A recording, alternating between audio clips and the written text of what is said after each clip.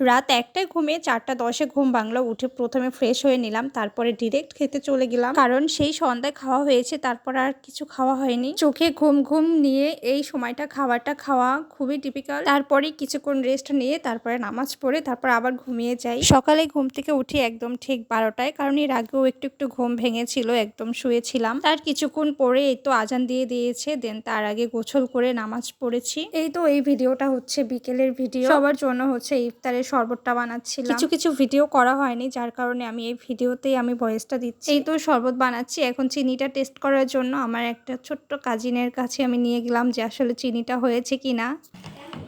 দেখো তো চিনি হয়েছে কিনা, নাও। এ বাবা, দেখো চিনি হয়েছে।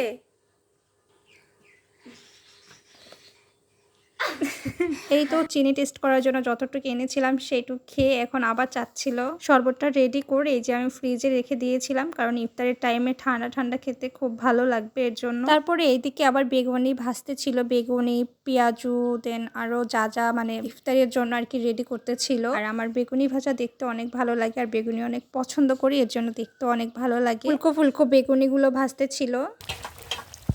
এই তো এই সাইডে আবার পেঁয়াজু ভাজতে ছিল। এই তো এইদিকে সবকিছু রেডি করা হচ্ছে, আর আমি রুমে এসে আমি বাসার ভিতরটা হচ্ছে গুছাচ্ছিলাম ইফতার। আলহামদুলিল্লাহ ইফতার টাইম হয়ে গেছে। প্রথম রোজার প্রথম ইফতার করলাম, শুকরিয়া আল্লাহর কাছে। মুড়ি মাখা খেলাম। ইফতার টাইমটা না একা একা খেতে ভালো লাগে না, সবার সাথে একসাথে বসে খেতে অনেক ভালো লাগে।